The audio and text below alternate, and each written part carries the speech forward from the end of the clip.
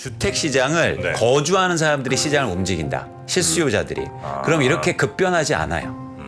그런데 투자하려는 사람들이 시장에 움직이기 시작하면 변동폭이 되게 커진다는 거죠. 그렇죠. 어제까지만 해도 네. 집값은 계속 오를 것 같았고 강남은 불패였는데 갑자기 오늘은 마음이 바뀌는 거예요. 이거는 2006년부터 2013년까지 강남 대치동의 아파트입니다. 불패의 대표적인 상징이에요. 2006년도에 이 집값이 7억 5천이었어요. 그러다가 갑자기 1년도 안 돼서 11억 5천으로 상승합니다. 왔다. 그런데 이게 1년이 좀 지나서 갑자기 7억으로 빠집니다. 4.5억이 하락하고요. 40%가 하락해요. 아니 같은 아파트예요 이게 지금? 예. 그래서 굉장히 급변하죠. 투자 수요가 시장을 움직이면 이렇게 된다는 거예요. 또 유튜브에서 전문가들이 나와서 얘기해요. 그거 시장 가격 아니에요. 금매다. 근데 오를 때도 금 매수가 가격을 결정했다니까요.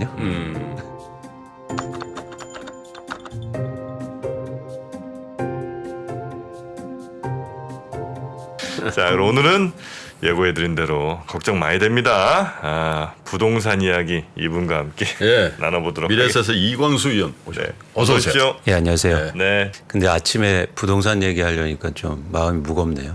그렇습니까? 예. 그러니까 아침에 좀 활기차고 좋은 얘기를 해야 되는데. 활기차게 떨어진다는 얘기 하시면 되죠. 무거운 건 우리가 무거울 테니까 이광수 의원은 무겁지 마시고 그냥 원래 항상 하세요. 웃음이 또 많으신 분이니까. 그러니까. 알겠습니다. 네. 자, 어디서부터 시작해요?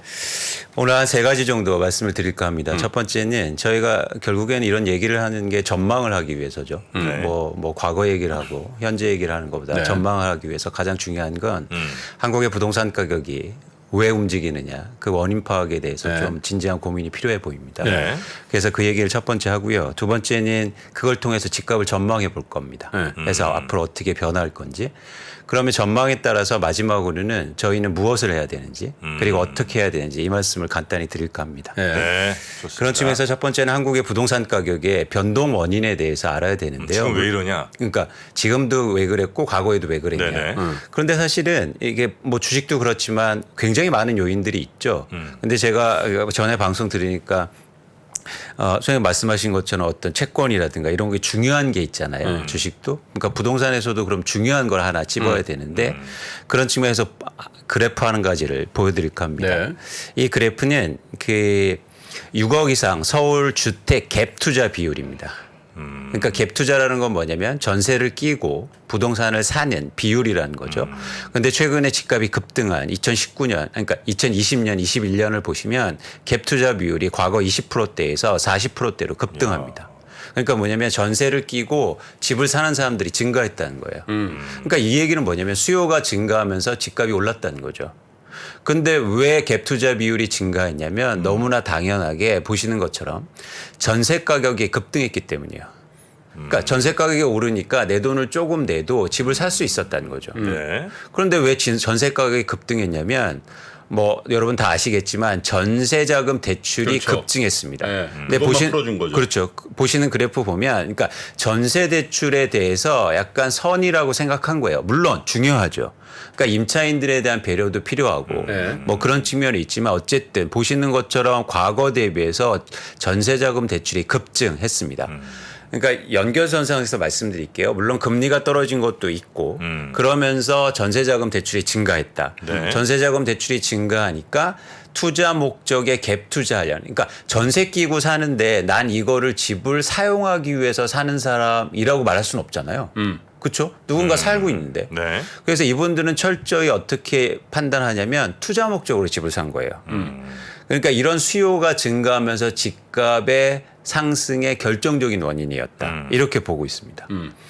그래서 저희가 보실 때 뭐가 중요하냐면 한국의 집값을 움직이는데 그러니까 마찬가지로 이 보시는 그래프도 한번 보시면 그런 와중 속에서 또 주택담보대출도 증가한 거예요. 금리가 떨어지니까. 그렇죠? 네. 그래서 보시는 그래프는 주택담보대출 증가와 그리고 전국 아파트 지수를 보여드리는 건데 거의 동일한 모습을 보여줍니다. 그러니까 두 가지 말씀드릴 수 있어요. 전세 대출도 증가하면서 갭 투자도 증가했고 또 집을 대출 증가하면서 또 집에 대한 수요도 증가했다. 그래서 저는 집값의 변동 요인을 철저히 수요로 보고 있고 특히 투자 수요로 보고 있는 겁니다. 그 전체적으로는 하여튼 금리가 낮으니까 어쨌든 두 개 다 이제 가능했던 얘기 같기는 하고요. 그쵸. 그다음에 이제 정부에서는 아무래도 그 주택담보대출보다는 그래도 전세자금대출에 조금 더 이렇게 많은 길을 열어준 것 같은데 그게 오히려 집값을 끌어올리는 역할을 또 했다. 그렇습니다. 네. 그러니까 여러분들이 최근에 집값이 올라가면서 가장 시장에서 많이 얘기된 게 집이 부족하다. 네. 그리고 그렇기 때문에 집을 살려는 사람이 시장에 많아졌고 그러다 보니까 집값이 급등했다는 그런 원인 판단이 되게 컸죠. 네.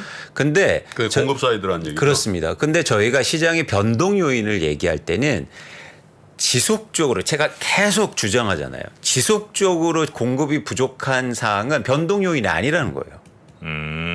집은 계속 부족했다. 근데 갑자기 뭔가 바뀌었다면 또 다른 요인이 있다는 거죠. 그렇죠. 갑자기 최근에 증가한 건 이런 수요 사이드, 수요 측면의 증가가 집값의 결정적인 원인이었다는 거죠. 네.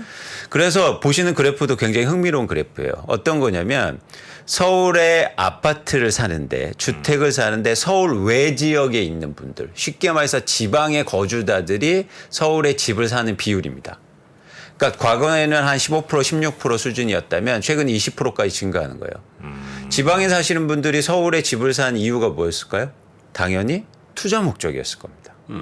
물론 뭐 지방에 사시는 분들이 서울로 이사 오려고 사신 분도 있겠죠. 네. 그런데 그분들이 저는 많다고 보진 않고 그래서 거기 동일하게 가격 지표하고 거의 유사하게 움직이잖아요. 검정색이 가격 지표고 그다음에 약간 주황색이 이제 서울 외에 사시면서 서울 안에 있는 집을 사신 분들 그렇습니다. 비율. 저게 네. 이제 퍼센테이지입니까? 그러니까 그렇습니다. 만약에 100채 집을 누가 샀다면 저 중에 몇 퍼센트가 서울 이외 지역에서 샀냐? 그렇습니다. 네. 그러니까 그 매수자의 주거지가 어디냐를 비중으로 보여드린 근데 건데요. 저거 수도권은 조금 브렉다운해서 봐야 되는 거 아닌가요? 예를 들면 뭐 분당, 평촌, 뭐 삼본 이런 데들 있잖아요. 일산 이런 데들 인근 지역에 예를 들면 일산 사는 사람이 은평으로 가는 거는 뭐 사실 큰 일은 아니거든 사실은. 네, 네. 근데 저걸 예를 들면 부산이나 광주나 대구에서 그 전세 끼고 샀다. 이건 진짜 그야말로 투자 수요라고 볼 수 있는데 네.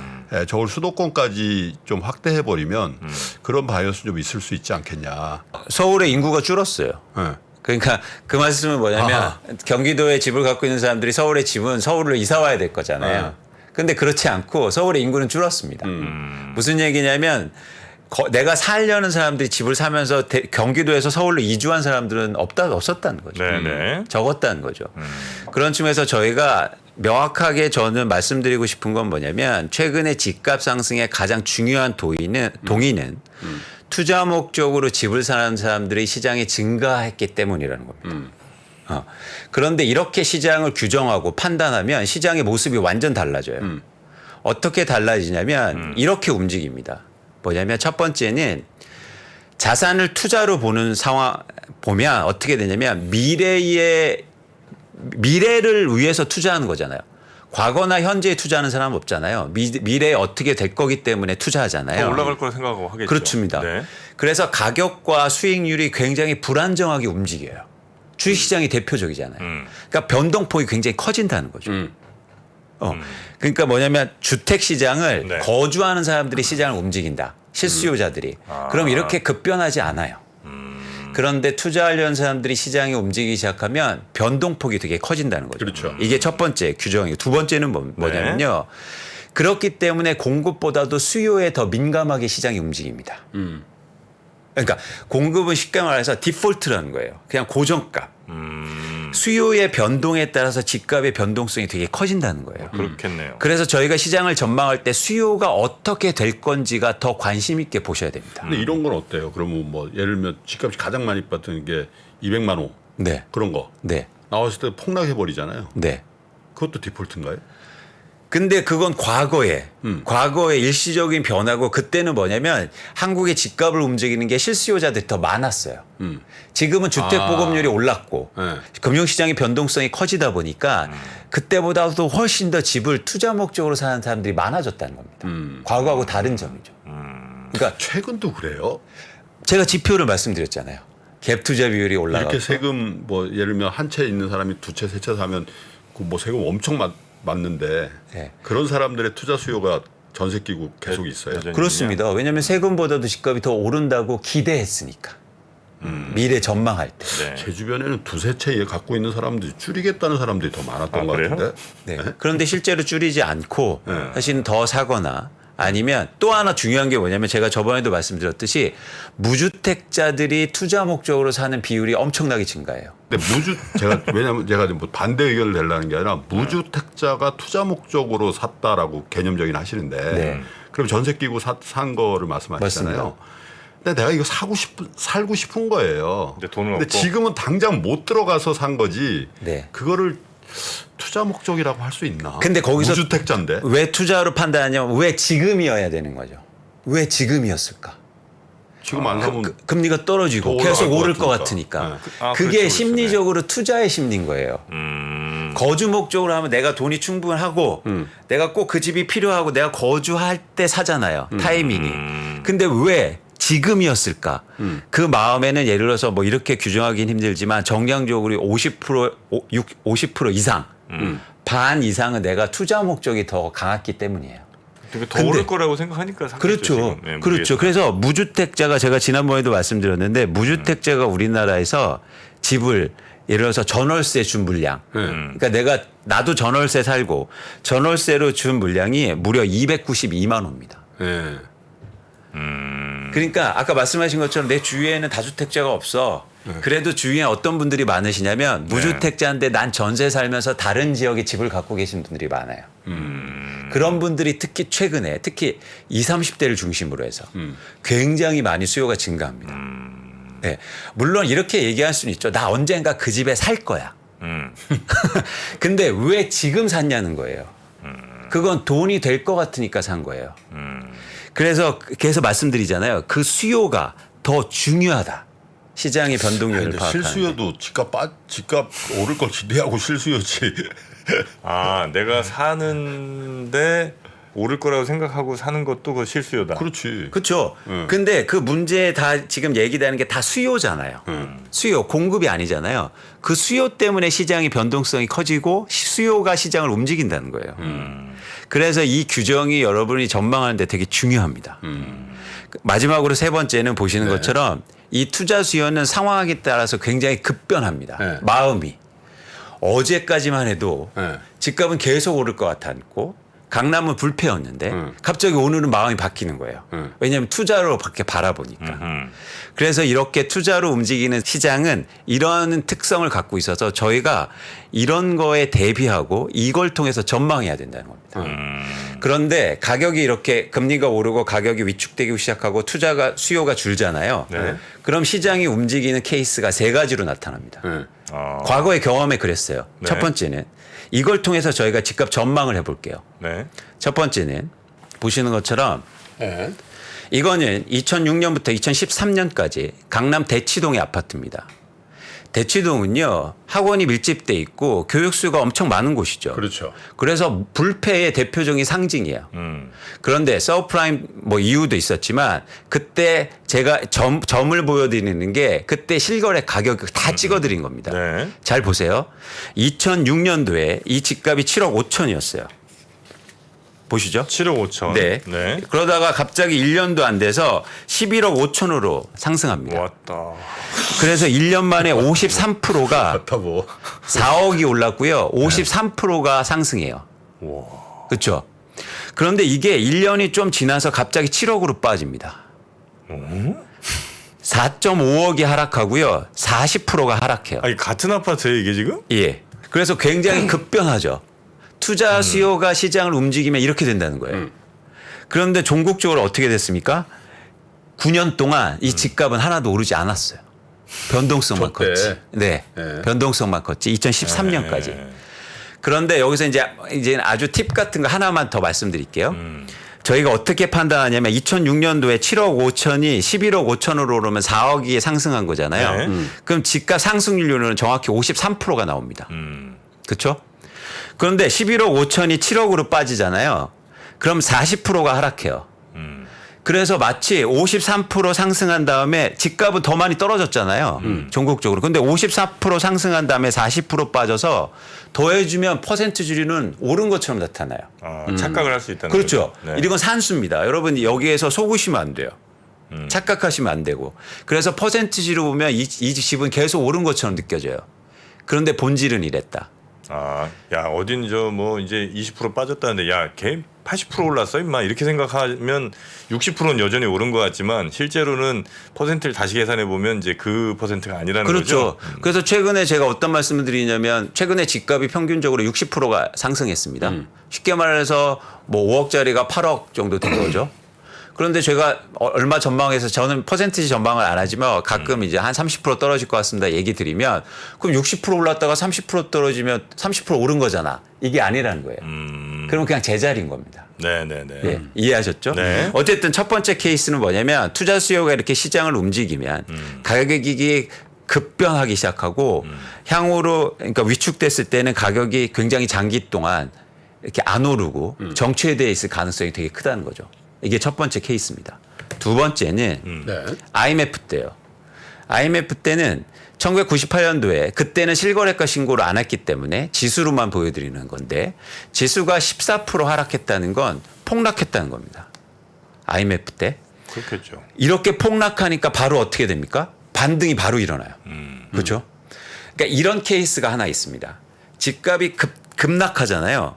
그럼 바로 상승할 수 있어요. 아까 그 첫 번째 케이스처럼 집값이 떨어졌다가 올랐다가 반복하면 굉장히 지지부진하게 그 가격을 유지하는 케이스 하나하고 두 번째는 뭐냐면 집값이 갑자기 단기적으로 급락하면 네. 급등하고 반등할 가능성이 있다는 거죠. 이게 이제 두 번째 케이스 과거로 보면 세 번째는 이거를 병합한 겁니다. 갑자기 떨어졌다가 그 가격으로 회복하지 못하고 지지부진한 거예요. 이런 모습의 케이스. 근데 제가 볼 때 지금의 한국 시장은 세 번째 케이스로 갈 가능성이 좀 높지 않느냐 네. 보고 있는 겁니다. 아, 급락은 한번 하고 그 다음에 약간 반등하는가 싶다가 그냥 지지부진하게. 그렇죠. 상당히 오랜 동안. 그래서 이런 차원에서는 저희가 그 부동산에 대해서 이제 이게 전형적인 특성입니다. 다시 말씀드리지만 부동산을 수요가 움직일 때 특히 수요 중에서 투자 수요가 움직일 때 이런 현상들이 나타나고 이 중에서 네. 여러분들이 어떤 시장이 올 건가 이런 부분에 대해서 이제 고민이 필요한 거죠.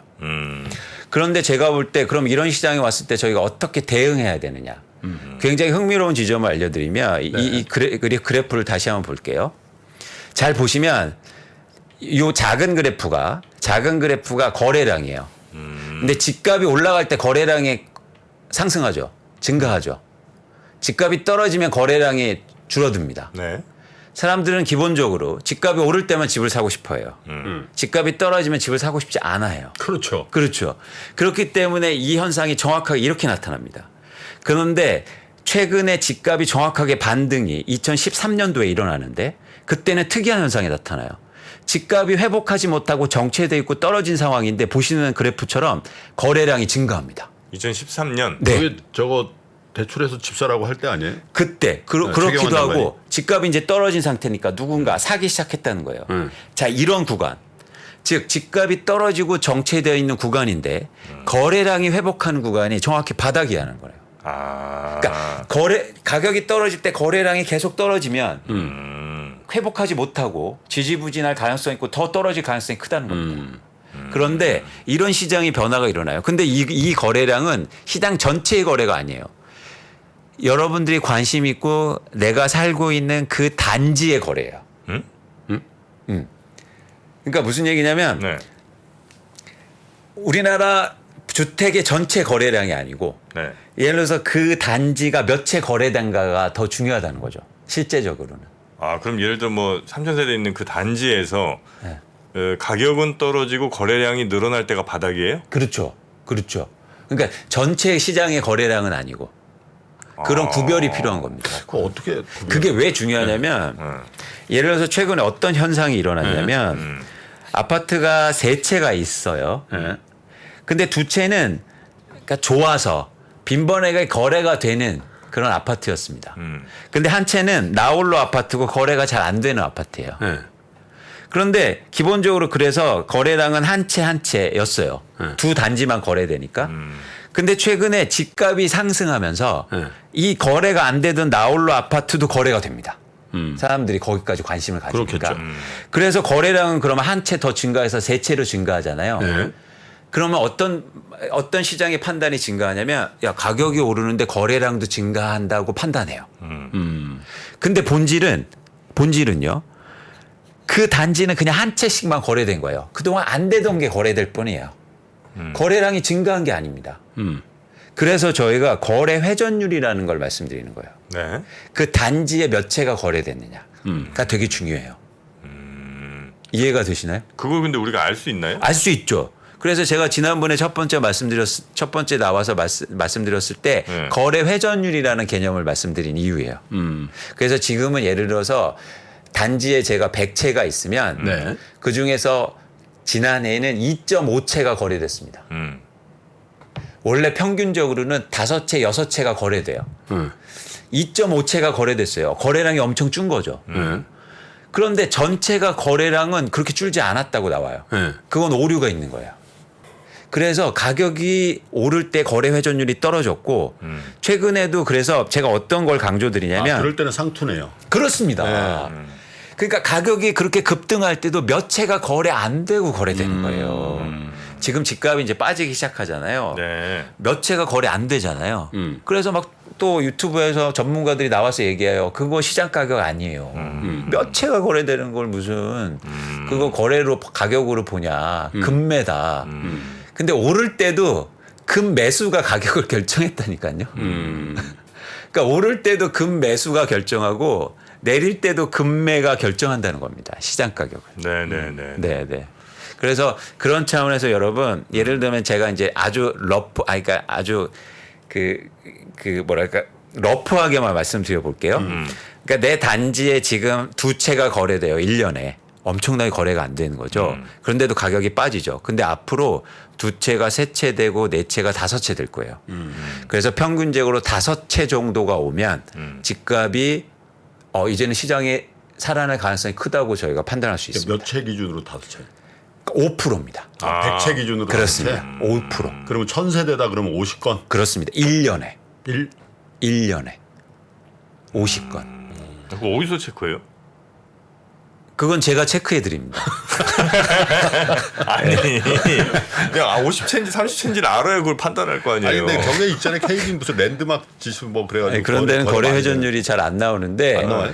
여러분 그럼 일주일에 한 번씩 나오셔야 되겠는데. 뭐 어떻게 알아라고? 아니 근데 네. 이게 그거를 이제 체크해 드리는데 중요한 건 뭐냐면 이제 감으로도 느껴지는 거예요. 그러니까 여러분들이 이제 부동산에 가시면 중개 사무소에 가시면 사장님 요즘 거래가 어때요? 몇 채가 거래돼요? 아 요즘 거래 없어.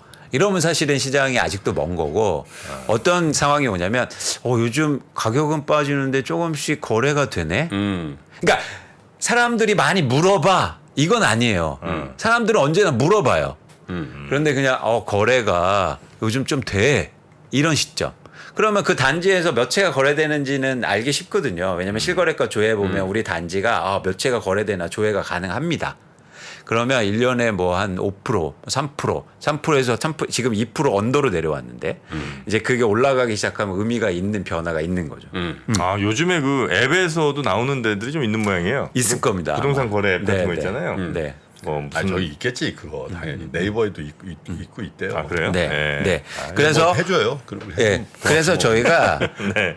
사실은 자산 시장의 아주 이런 변화들 저희가 이런 이제 흐름을 오늘 얘기 드렸어요. 첫 번째, 한국의 부동산 시장은 무엇 때문에 움직이는가. 그래서 말씀드린 것처럼 수요인데 특별히 투자 수요. 근데 투자 수요가 움직일 때 시장의 변화는 어떻게 전개되는가. 네. 그건 뭐냐면 시장이 급변한다. 그리고 뭐냐면 미래의 전망이 중요해지고 그래서 그렇기 때문에 저희가 시장의 변화를 좀 예의주시해야 되는데 이렇게 수요가 시장이 움직이면 3가지 케이스가 나온다. 첫 번째는 아까 말씀드린 것처럼 가격이 단기적으로 급등했다가 급락하고 이런 변동폭인데 장기적으로 보면 네. 사실 그 자리에 있는 상황 이게 첫 번째 경우고요. 두 번째 경우는 뭐냐면 가격이 갑자기 급락했다가 그리고 급락하면 바로 상승한다. 이런 과정이 있을 수 있고 세 번째는 사실 하락폭이 컸다가 회복이 되게 지지부진하게 굉장히 장기로 갈 가능성이 있다. 어느 케이스라고 보면 세 번째 케이스. 저는 세 번째 케이스가 컸다. 이유가 있습니다. 이유는 뭐냐면 최근에 급등했기 때문이에요. 굉장히 이례적으로 최근에 2년간 급등했기 때문에 이런 과정이 과거의 케이스와 두 가지가 접목된 케이스죠. 그래서 약간 하락폭이 컸다가 회복하는데 시간이 오래 걸리는 네. 그런 케이스가 나올 가능성이 있다고 보고 있습니다. 근데 이제 지금 이제 말씀 주신 거는 대체로 거래량이라든지 뭐 사는 사람들의 심리라든지 뭐 가격 현재 형성된 것들을 이제 토대로 전망을 해주신 건데 그렇습니다. 보통 이제 부동산 또 전망하시는 분들 중에는 이제 뭐 여러 외적 변수들 있잖아요. 뭐 금리가 어떻게 되고 전 세계 뭐 글로벌 주택 가격 등등 이제 이런 것도 같이 넣기도 하시잖아요. 그렇습니다. 그런 것 감안하실 때도 지금 이 전망이 유효합니까? 그렇죠. 왜냐하면 그 수요라고 대표하는 그 변동 요인이 그 여러 가지 영향들에 의해서 영향을 받는 거잖아요. 네네네. 그래서 저희는 수요만 보겠다는 거예요. 여러 가지 뭐 정책이라든가 금리라든가 이런 상황들이 반영된 게 수요니까. 그렇죠. 그렇죠. 그래서 여러 가지 이렇게 쫓아다니기 시작하면 결국엔 저희가 무슨 뭐 그러니까 한 군데를 집중해서 보는 거지 전망할 때 여러 가지를 보기 시작하면 다 놓치게 되거든요. 그러니까 그런 변화들이 수요에 응집돼 있다는 거죠. 네네네. 그래서 수요를 잘 보셨으면 좋겠다는 거고 쉽게 말해서 그러면 그 수요의 영향을 지금 가장 크게 미치는 거는 결국엔 금융시장이고 금리. 그렇습니다. 그렇습니다. 그래서 일부 분들이 과거에 뭐 금리가 높을 때도 주택시장은 안 나빴어. 과거에 그런 적 있습니다. 참여정부 때 금리가 굉장히 지금보다 높았는데요. 네. 그때도 가격이 상승됐어요. 그래요? 예. 근데 그때하고 가장 큰 다른 점이 있어요. 지금은 뭐냐면 말씀드렸죠. 지금 이렇게 투자 자산으로 시장을 판단할 때는 굉장히 심리가 중요한데 속도가 지금 너무 빠른 거예요. 너무 빠르게 올랐다가 그렇습니다. 빠르게 내린다. 그렇습니다.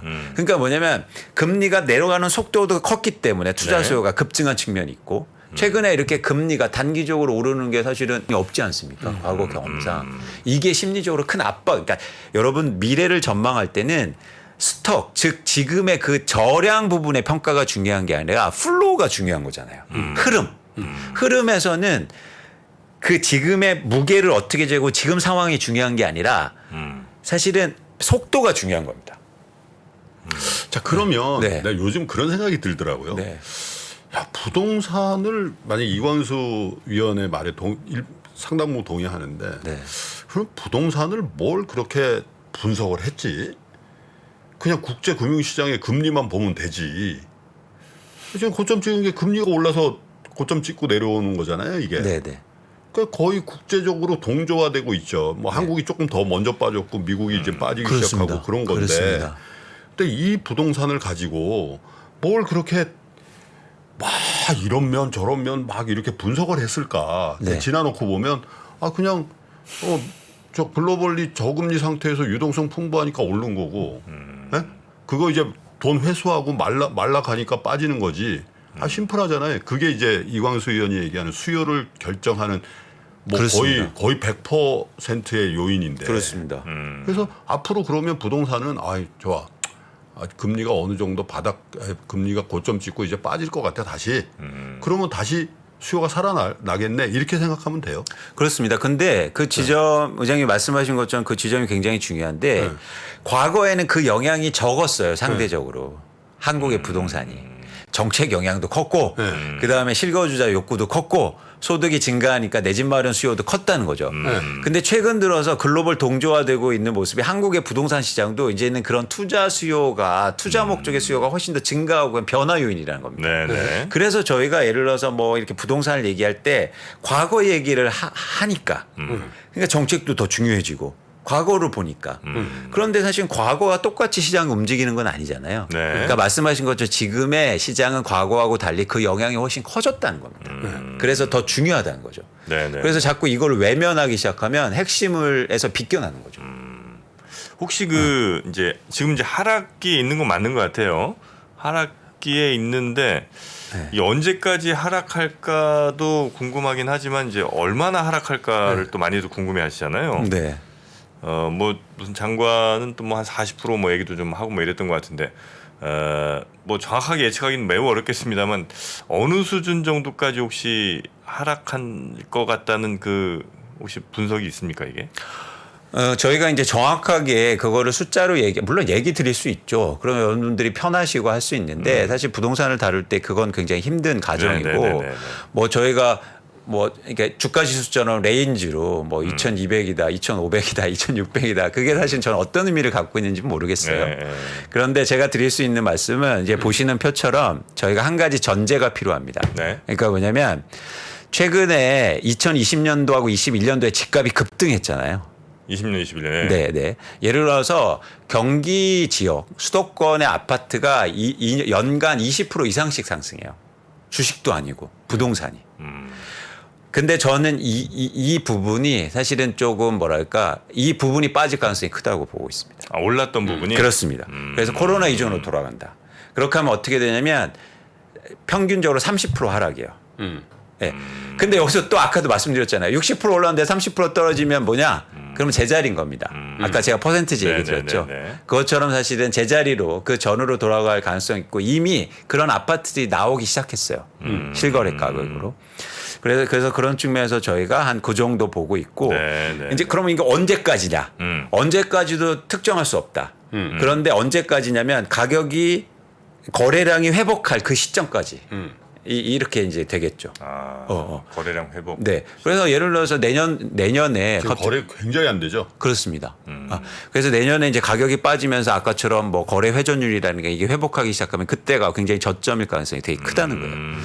그래서 물론 시원하게 2025년, 2026년, 뭐 30년 이렇게 얘기 드리면 좋겠는데 그건 여러분들의 삶에 전혀 도움이 안 된다. 그렇게 그러면 그 기간 동안 여러분 뭐 놀고 계실 건 아니잖아요. 그래서 유연하게 시장을 보시고 판단하시고 마치 이런 투자 자산화 돼 있으니까 관심을 지속적으로 가지셨으면 좋겠다는 말씀을 꼭 그래서 차라리 저는 그런 생각이 들더라고요. 그런 이제 수요 측면에서의 그 아주 중요한 변수가 이제 틀이 바뀌니까 글로벌 유동성 확장기에서 글로벌 유동성 축소기 그렇잖아요. 네. 이렇게 바뀌었으니까 당연히 한국 시장도 한국 부동산도 미국 부동산도 영국도 호주도 다 빠지잖아요. 그렇습니다. 그건 뭐 다 인정하는 거니까 차라리 그러면 마이크로하게 내가 실수요예요. 그래서 집을 사고 싶다는 그 인간적인 욕망이 있다고. 그러면 그래도 주시장이 지수가 뭐 3,000에서 2,000 가도 그래도 지금 사고 싶은 사람이 있으면 그래도 요런 지역, 요런 아파트. 내가 진짜 여긴 사지 마. 네. 여러 가지 수급 상황이나 봤을 때 여긴 진짜 안 될 것 같아. 그리고 진짜 당신 뭐 그런 매크로 어차피 10년, 20년 동안 살 거니까 그러면 요런 지역은 그래도 지금이라도 이런 게 이 접근이 더 낫지 않아요? 이제 그게 빠질 거냐 오를 거냐 이게 좀 허무한 것 같아서 그래요. 아니 저는 왜 이런 말씀을 드리냐 저희가 이런 부동산 시장을 논의하기 시작한 게 집값이 급등할 때부터였잖아요. 그때 사실 저는 이게 급등이 영원히 할 수 없다. 당연하죠. 빠질 수 있다. 이런 말씀을 드렸었고 그러니까 저는 이런 변동성이 큰 구간을 얘기 드리는 겁니다. 그러니까 시장이 뭐 조금씩 상승하고 그러니까 GDP 증가율만큼 뭐 상승하고 이렇게 안정돼 있으면 당연히 그런 접근이 맞죠. 근데 이게 시장이 급변하는 상황 속에서 그렇게 접근하는 방식은 전 되게 리스크하다. 또 하나 말씀드리고 싶은 건 전 어떤 말이 가장 싫냐면 오를 곳은 오르고 빠질 곳은 빠진다는 말이에요. 이게 말입니까? 손입니까? 아니 그 당연한 말을 누가 못해요. 지금도 오를 곳은 올라요. 빠질 곳은 빠지고. 그거는 의미가 없어요. 그래서 저는 이런 시장의 변화를 내 집 마련하시고 꼭 필요로 사실 때도 그런 고민을 하셔야 된다. 그리고 또 한 그런 측면에서 제가 말씀드릴 게 뭐냐면 한국의 부동산 앞으로 접근하실 때 여러분이 내 집 마련하실 때 저는 많이 빠진 게 불확실성이 적다고 판단하고 있어요. 뭐 그렇겠죠. 예. 그러니까 요즘은 덜 빠진 게 마치 안전자산처럼 예상하는데 그건 안전하지 않다라는 말씀을 꼭 드리고 싶습니다. 최근에 어제 이제는 미국의 주택 지표가 나왔잖아요. 말씀드렸죠. 10년 만에 처음으로 빠졌는데 제일 많이 빠진 지역이 샌프란시스코예요. 맞아요. 샌프란시스코, 뭐 시애틀, 샌디하고 제일 많이 올랐던데. 샌프란시스코가요. 미국 내에서 가장 임금이 높은 지역이에요. 거기 IT 기업들 얼마나 많습니까? 지금 거기 많이 잘려요. 네. 그런데 어쨌든 그리고 전 세계적으로 지금 집값 하락폭이 가장 큰 데가 캐나다예요. 근데 왜 그럴까요? 가장 많이 올랐기 때문이에요. 가장 많이 오른 지역이 많이 빠져요. 캐나다 많이 올랐고. 근데 여러분들이 그동안 그냥 그런 식으로 접근해요. 오를 곳은 오르면 계속 오른다. 아니에요. 그런 지역이 가장 먼저 많이 빠질 가능성이 크다는 겁니다. 네. 그래서 여러분들이 좀 치밀하게 세상을 네. 보시고 부동산 시장을 접근하셨으면 좋겠다는 말씀 드립니다. 네, 함께해 주신 시간이 좀 미래에셋증권 모자른 것 같았어요. 막판에 큰 웃음 주신 미래에셋증권의 이광수 수석 연구위원님 오늘도 재밌었습니다. 고맙습니다. 감사합니다. 통찰은 관찰에서 나오고 관찰은 관심에서 시작됩니다. 당신의 관심이 통찰로 이어지는 곳. 세상의 모든 지식 언더스탠딩.